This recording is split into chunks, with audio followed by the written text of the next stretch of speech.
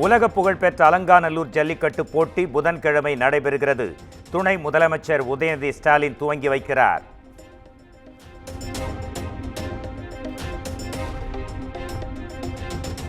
அலங்காநல்லூரில் காளை உரிமையாளர்கள் போராட்டம். உள்ளூர் காளைகளுக்கு தற்போது வரை அனுமதி கிடைக்கவில்லை என ஆதங்கம்.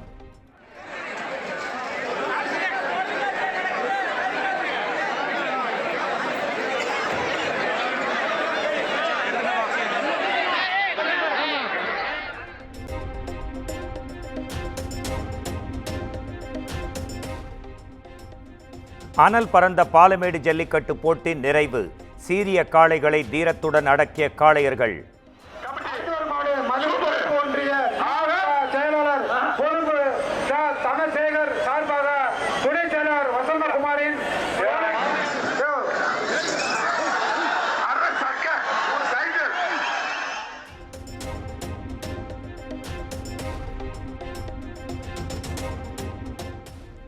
விறுவிறுப்பாக நடைபெற்று முடிந்த பாலமேடு ஜல்லிக்கட்டு போட்டி 9 சுற்றுகளில் மொத்தம் 930 காளைகள் களம் கண்டதாக அறிவிப்பு.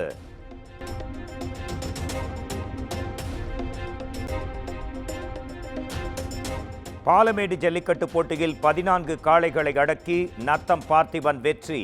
துணை முதலமைச்சர் உதயநிதி ஸ்டாலின் சார்பில் 8 லட்சம் ரூபாய் மதிப்புள்ள கார் பரிசு.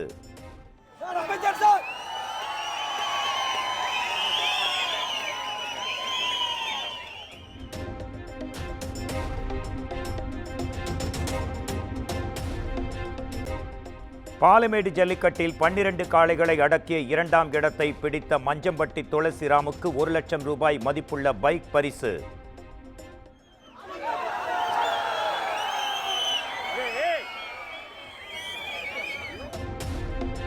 பதினோரு காளைகளை அடக்கி 3ஆம் இடத்தை பெற்ற பிரபாகரனுக்கு எலக்ட்ரிக் பைக் பரிசு.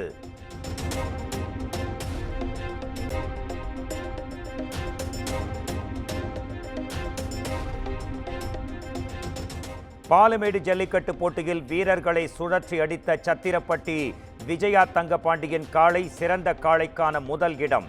காளையின் உரிமையாளருக்கு டிராக்டர் பரிசு. தமிழ்நாடு முதலமைச்சர் சார்பாக சிறந்த காளையின் உரிமையாளருக்கு டிராக்டர் பரிசாக வழங்கப்படுகிறது.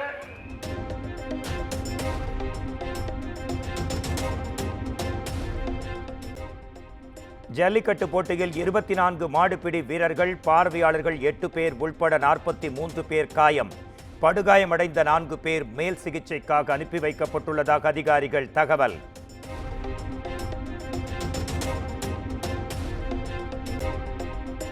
ஜல்லிக்கட்டு போட்டியில் ஆள் மாறாட்டம் செய்த 2 மாடுபிடி வீரர்கள் வெளியேற்றம். மாவட்ட ஆட்சியர் உத்தரவின் பேரில் விழா கமிட்டி நடவடிக்கை.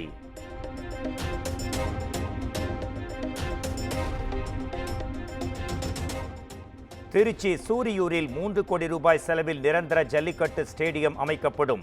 அமைச்சர் அன்பில் மகேஷ் தகவல்.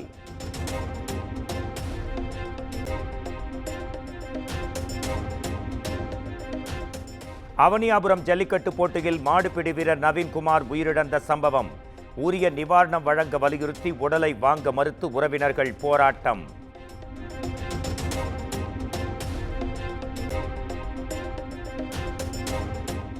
தமிழ்நாடு முழுவதும் மாட்டுப்பொங்கல் விழா கோலாகலம். கால்நடைகளை அலங்கரித்து கொம்புகளில் வண்ணம் பூசி விவசாயிகள் கொண்டாட்டம்.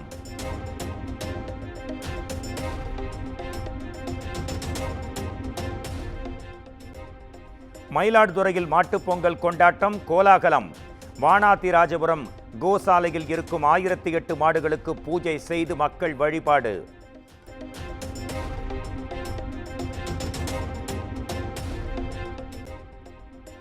வேலூர் அருகே களை கட்டிய மஞ்சு விரட்டு திருவிழா. மின்னல் வேகத்தில் சீறிப்பாய்ந்த காளைகளை கண்டுகளித்த மக்கள்.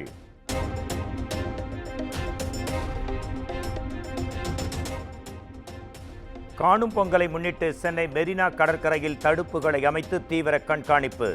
பல்லாயிரக்கணக்கான மக்கள் கூடுவார்கள் என எதிர்பார்க்கப்படும் நிலையில் 16,000க்கும் மேற்பட்ட போலீசார் பாதுகாப்பு பணி.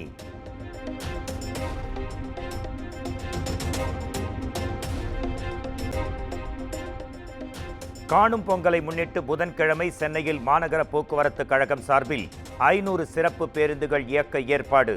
மெரினா கடற்கரை, மாமல்லபுரம், கோவளம், வண்டலூர், கிண்டி சிறுவர் பூங்கா உள்ளிட்ட பல்வேறு பகுதிகளுக்கு சிறப்பு பேருந்துகள் இயக்கப்படும் என்றும் அறிவிப்பு.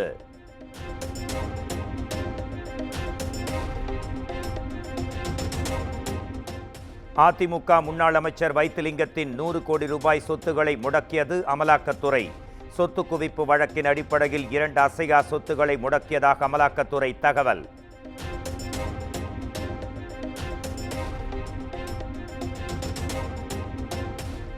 காவி உடையில் காட்சியளிக்கும் திருவள்ளுவர் உருவப்படத்திற்கு ஆளுநர் RN ரவி மரியாதை. திருவள்ளுவரை ஆழ்ந்த நன்றியுடனும் மிகுந்த மரியாதையுடனும் தேசம் நினைவு கூர்வதாக எக்ஸ் தளத்தில் பதிவு.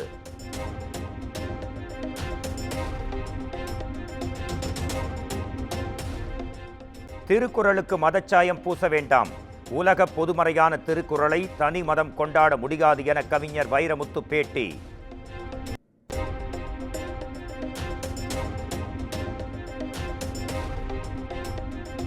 பசுவின் கோமியம் மிகப்பெரிய மருந்து, அது பிணிகளை நீக்கும். கோசாலை மாட்டுப்பொங்கல் விழாவில் கலந்து கொண்ட சென்னை IIT இயக்குனர் காமகோடி பேச்சு.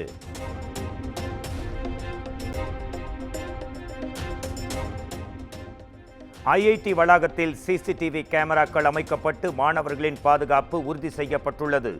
பாதிக்கப்பட்ட மாணவிக்கு தேவையான உதவிகள் செய்யப்படும் என்றும் IIT நிர்வாகம் உறுதி.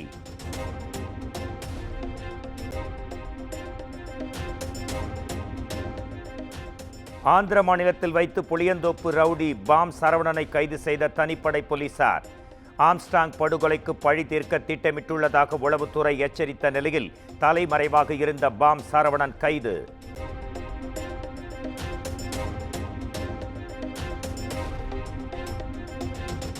தனது கணவர் கைது செய்யப்பட்டு 24 மணி நேரத்தை தாண்டியும் எங்கிருக்கிறார் என தகவல் இல்லை.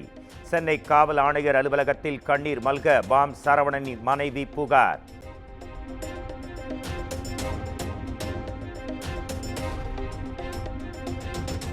தஞ்சை, திருவாரூர், நாகை உள்ளிட்ட 6 மாவட்டங்களில் வரும் 18ஆம் தேதி கனமழைக்கு வாய்ப்பு. புதுக்கோட்டை, ராமநாதபுரம், நெல்லை உள்ளிட்ட 9 மாவட்டங்களில் வரும் 19ஆம் தேதி கனமழை பெய்யக்கூடும் என்றும் கணிப்பு.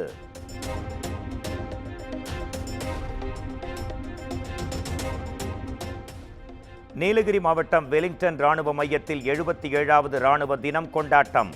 களரி, சிலம்பம், வாள் சண்டை என தற்காப்பு கலைகளில் அசத்திய வீரர்கள்.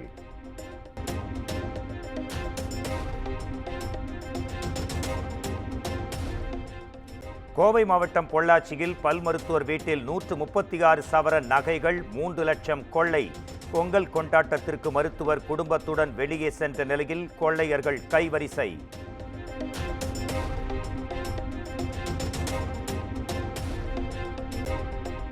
மூன்று அதிநவீன போர்க்கப்பல்களை நாட்டுக்கு அர்ப்பணித்தார் பிரதமர் நரேந்திர மோடி.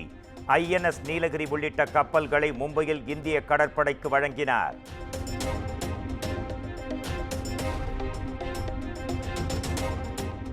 உலகின் பெரிய கடல்சார் சக்தியாக இந்தியா வளர்ந்து வருகிறது.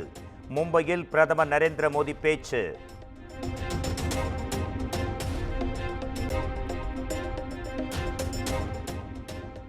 மதுரை தூத்துக்குடி ரயில் திட்டத்தை தமிழக அரசு கைவிடக் கோரியதாக வெளியான தகவலுக்கு அமைச்சர் அஸ்வினி வைஷ்ணவ் மறுப்பு. தனுஷ்கோடி குறித்த தனது பதில் தவறாக புரிந்து கொள்ளப்பட்டதாகவும் விளக்கம்.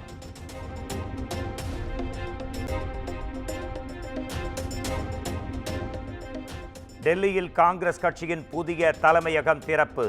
இந்திரா பவன் என்ற கட்டடத்தை சோனியா காந்தி திறந்து வைத்தார்.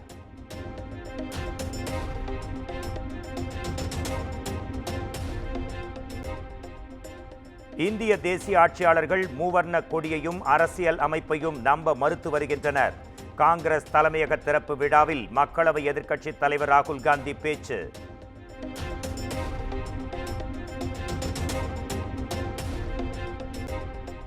ராகுல் காந்தி பேசும் அனைத்தும் நாட்டை உடைக்கும் வகையில் உள்ளன. பாஜக தலைவர் JP நட்டா குற்றச்சாட்டு.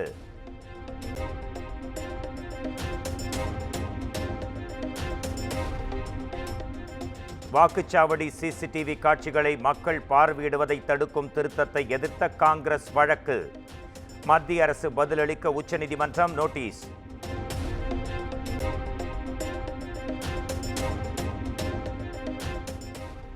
பாலியல் வழக்கில் ஜாமீன் வழங்கியும் சிறையில் போராட்டத்தில் ஈடுபட்டுள்ள தொழிலதிபர் பாபி செமனூர் ஊடக வெளிச்சம் பெற விரும்பினால் ஜாமீன் ரத்து செய்யப்படும் என கேரள உயர்நீதிமன்றம் எச்சரிக்கை.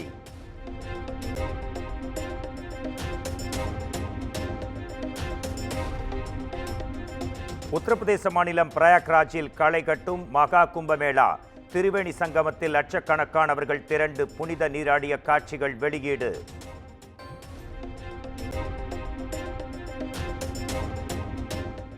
கொரோனா தொற்றுக்கு பின் தேர்தலில் பாஜக அரசு தோற்றதாக மார்க் ஜூகர்பெர்க் பேசியதற்கு மன்னிப்பு கேட்டது மெட்டா நிறுவனம்.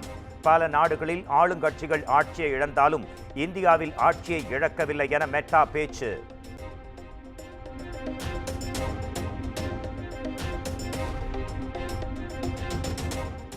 மத்திய காசாவில் இஸ்ரேல் கொடூர தாக்குதல்.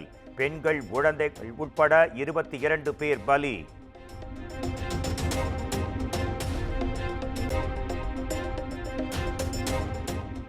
கார் பந்தய வெற்றிக்கு கிடைக்கும் தொடர் ஆதரவுக்கு நன்றி என்று கூறி நடிகர் அஜித்குமார் நெகிழ்ச்சி வீடியோ வெளியீடு. குடும்பத்தினர் சந்தோஷத்திற்கு முக்கியத்துவம் அளித்து மகிழ்ச்சியுடன் வாழ ரசிகர்களுக்கு அறிவுறுத்தல். Stewards, plane technicians, medics and all support staff at Dubai Autodrome. I'm extremely grateful. My team, Ajit Kumar Racing, we are.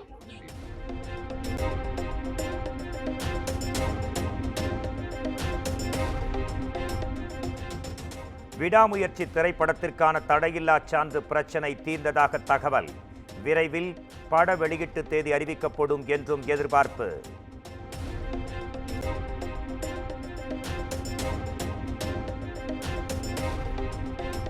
Vetrimaaran இயக்கத்தில் சூர்யா நடிக்கும் வாடிவாசல் படத்தின் படப்பிடிப்பு விரைவில் தொடங்கும். அகிலம் ஆராதிக்க வாடிவாசல் திறக்கிறது என அப்டேட் கொடுத்த படக்குழு.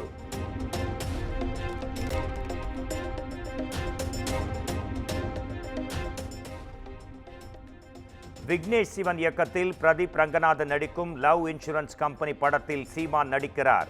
போஸ்டர் வெளியிட்டு படக்குழு அறிவிப்பு.